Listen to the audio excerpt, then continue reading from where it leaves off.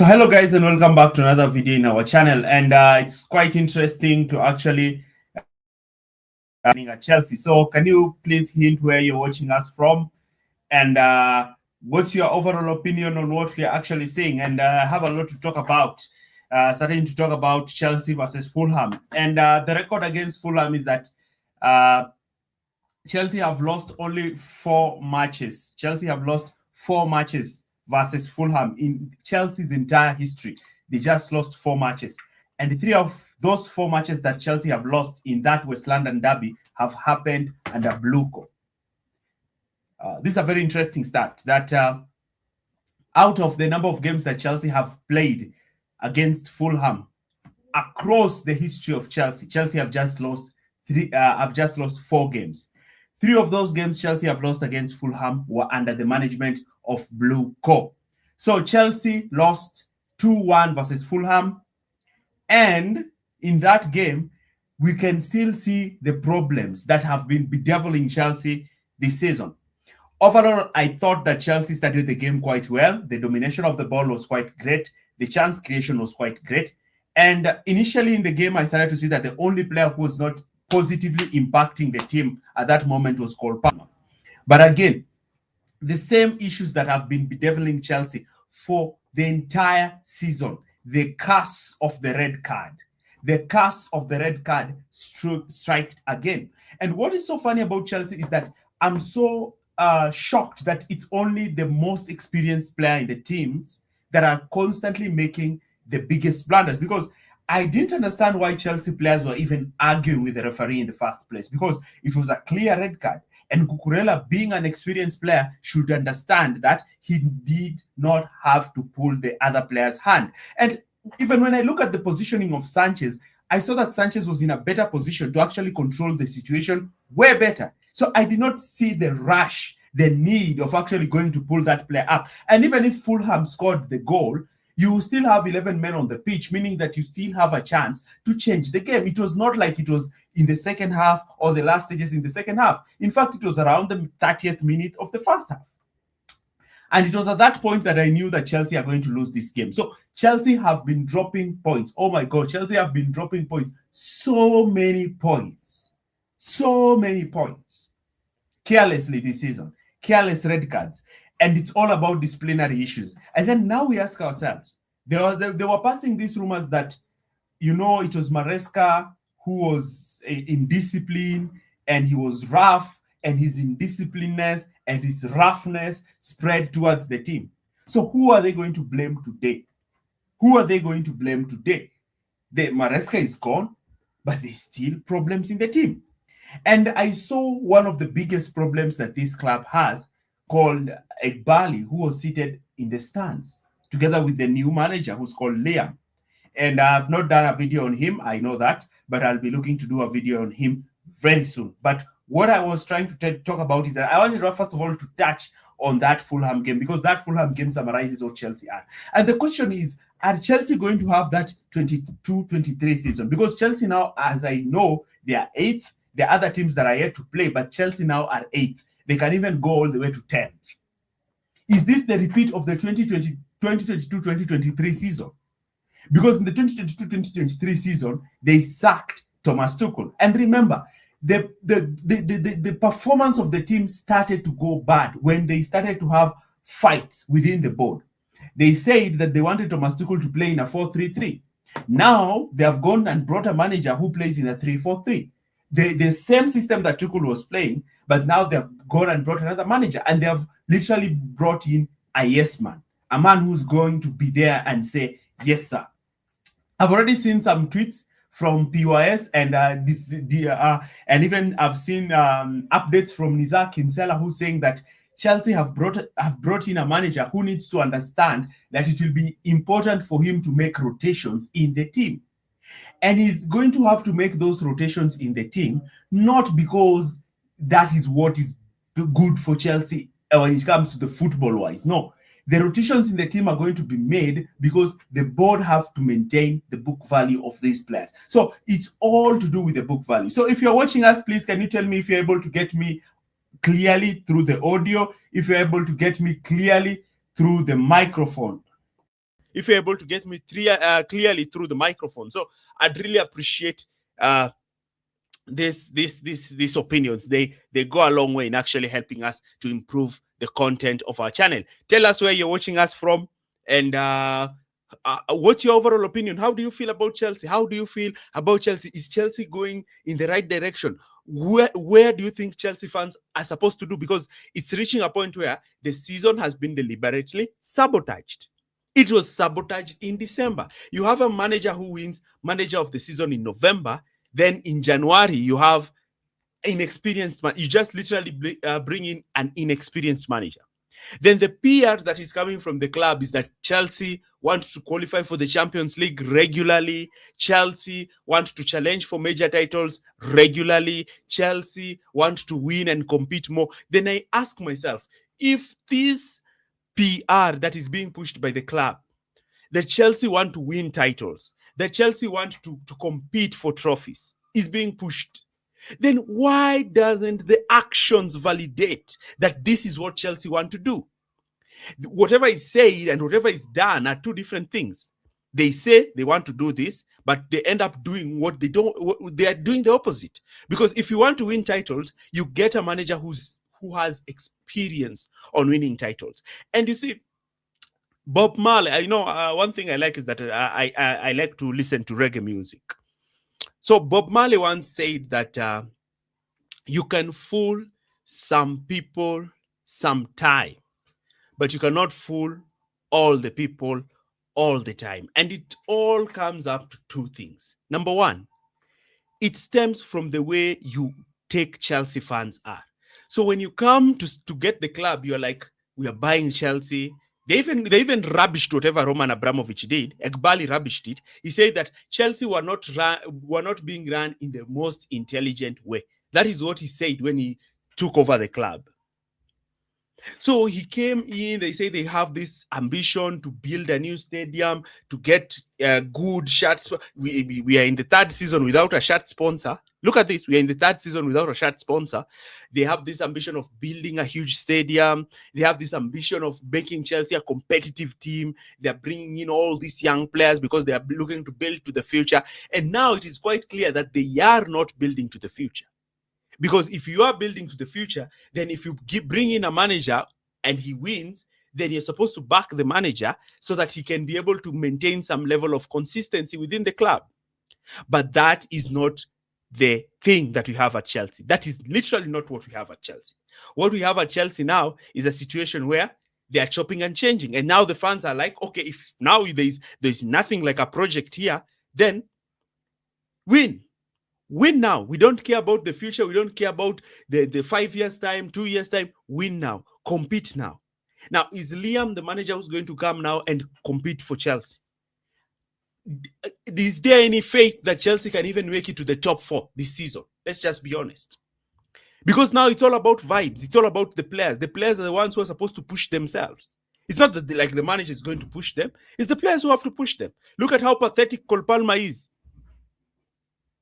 It's just my observation, and it's right. Cole Palmer has been super pathetic recently. He gets the ball gets taken off from him, doesn't create, doesn't attempt shots. Liam Delap, he started to improve, but the entire team is looking to regress.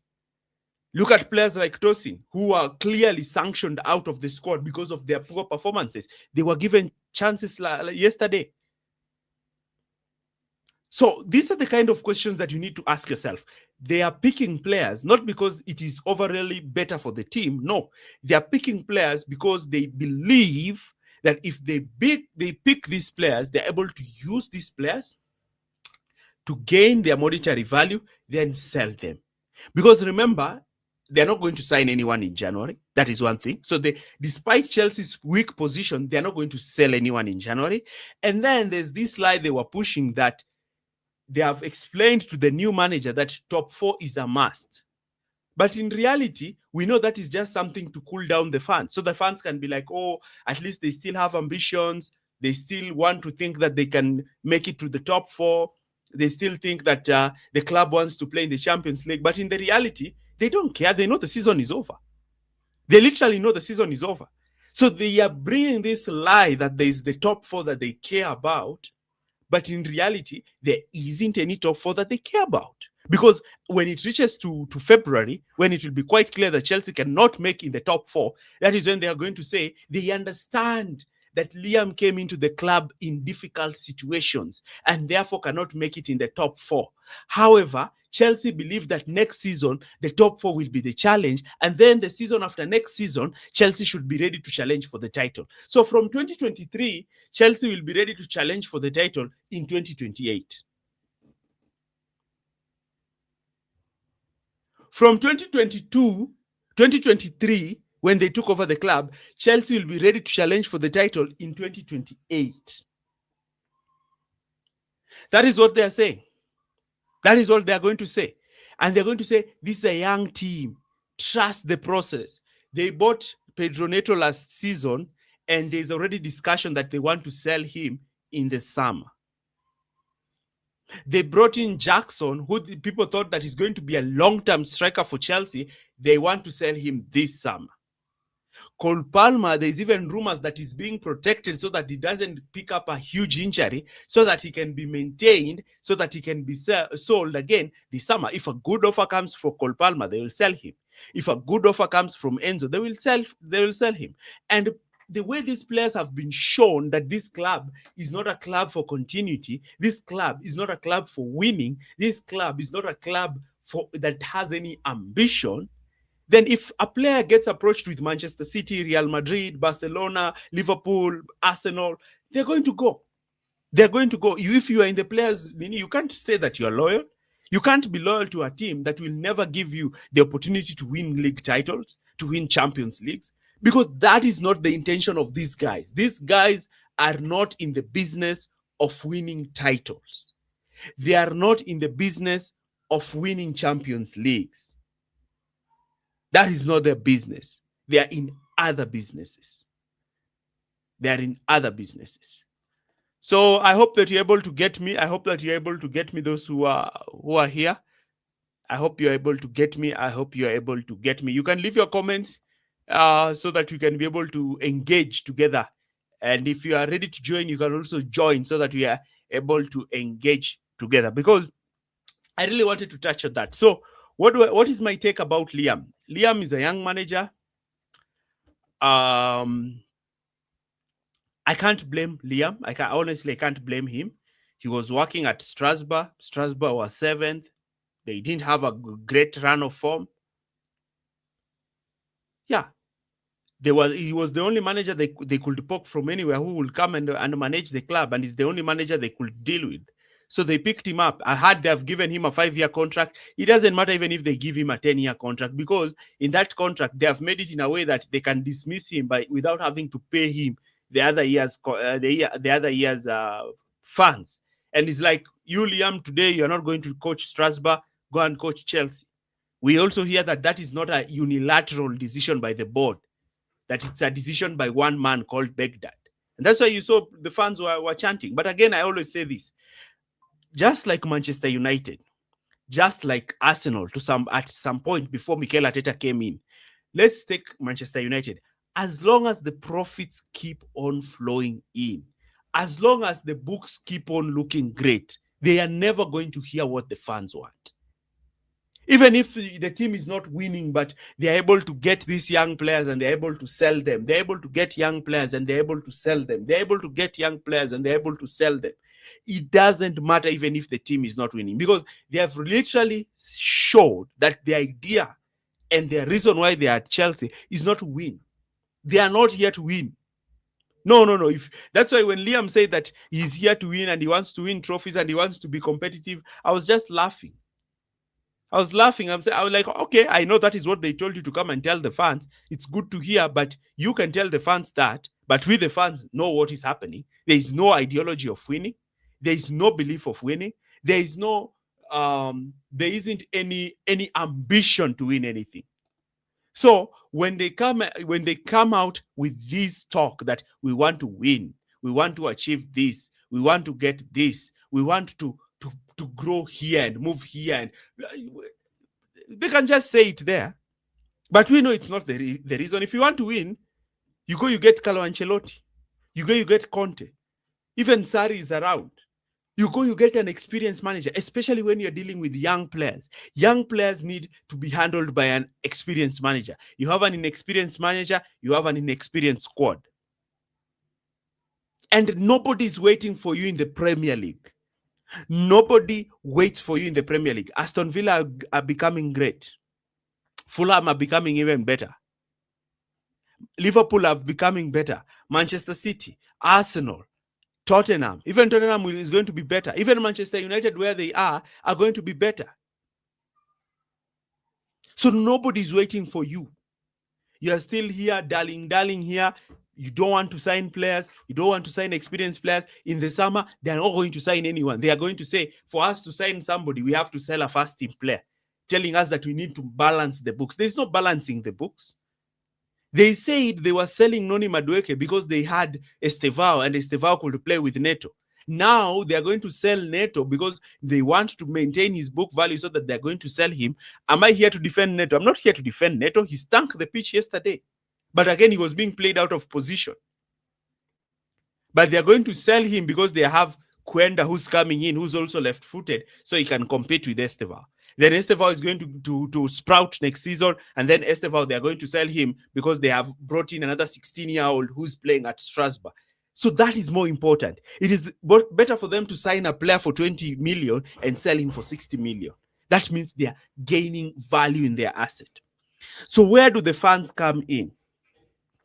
The fans must come in and know that these people are not going to be cowed because you're protesting.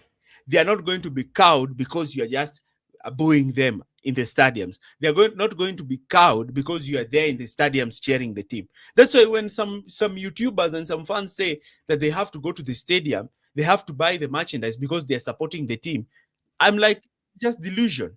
You are not supporting the team by giving these people money. You're not supporting the team. You're not supporting the club by giving these people money. You're supposed to withhold money. You don't buy the new merchandise. You don't go to the games. You don't. Because even if you go to the games, you're going to spend money. You're going to spend money buying the merchandise. You're going to spend money buying the drinks, buying the snacks in the stadium. You're going to spend money. When you spend money, their balance sheet looks great. I know some fans have season ticket holders, some are tourists, and there's no problem. You can go to the games, but know very well that you are continuing to fund this. Because let me tell you something, playing in the Champions League can give you 60 million. It can give you 60 million. But if you sell 2 players for 60 million, you get 120. So to them, even the Champions League is not important, because if they're able to sell 3 or 4 players and make 150 million, what's the point of being in the Champions League? There's no point of being in the Champions League. If they play in the Premier League, they're okay. That's why I'm saying they are now, it's no longer Chelsea Football Club. It is Blueco LLC, Blueco Limited Liability Company. That's what it is. They're trying to increase the share value, the stock value. That's why you're finding yourself here. And that's why Liam has come in. I mean, what I see is another Potter situation. I can't blame him. Even if he starts losing games, I can't blame him. That's why I'm not coming here to blame the McFarlane guy. In fact, it wasn't even his fault yesterday. The team were just playing well. It was another player who's experienced, Mark Cucurella. Everybody knows. Everybody can see. You know football. You are the last man. You don't make a foul when you are the last man on the pitch. You don't do it. He goes ahead and does it. So you're making these mistakes, and you're probably the most experienced player on the pitch. So I will not blame the manager. I will look to do a video on how he plays. In fact, I will be dropping one tomorrow. Very early, you're going to get the video on Liam. It's already ready. That's probably going to be a 2-part series. So I'm going to do a part 1, trying to explain what is a 3-4-2-1 and how does a 3-4-2-1 give a manager slight tactical advantage, and how did managers like Thomas Tuchel actually get the best out of that. So I'm going to drop a video on that. But the question is, are we supposed to now get behind him? If the team wins, I will never watch a Chelsea game hoping the team loses. I'll always watch the game hoping the team wins. But if everything goes south, I can't blame him. He did not have a preseason. It is not even his fault. The reason why he's here is because of the person seated next to him has a big ego. His ego cannot allow him to work with the manager till the end of the season. If the manager is telling him, I can't work in this condition, he's like, off you go. He cannot even try to convince the manager, like, please just try and work till the end of the season. So I don't wish him bad, but that is the kind of situation that we find ourselves in. So Chelsea lost 2-1 to Fulham. I was not surprised about that happening. I expected us to win. That was a winnable game. Again, dropping points to teams that we should win against.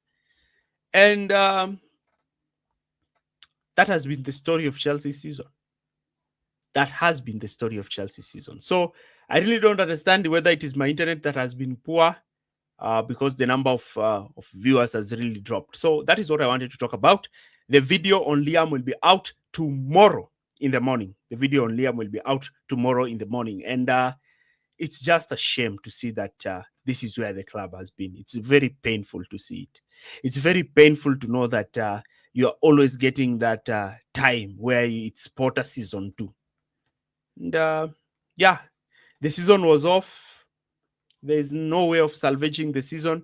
Do I think we can make it in the top 4? If we cannot make it in the top 4, I don't want the Conference League. I don't want to play in that competition. If we can't make it in the top 4, let us finish 9th or 10th. Let us even finish 10th so that we don't have to play in European football next season. I'm tired.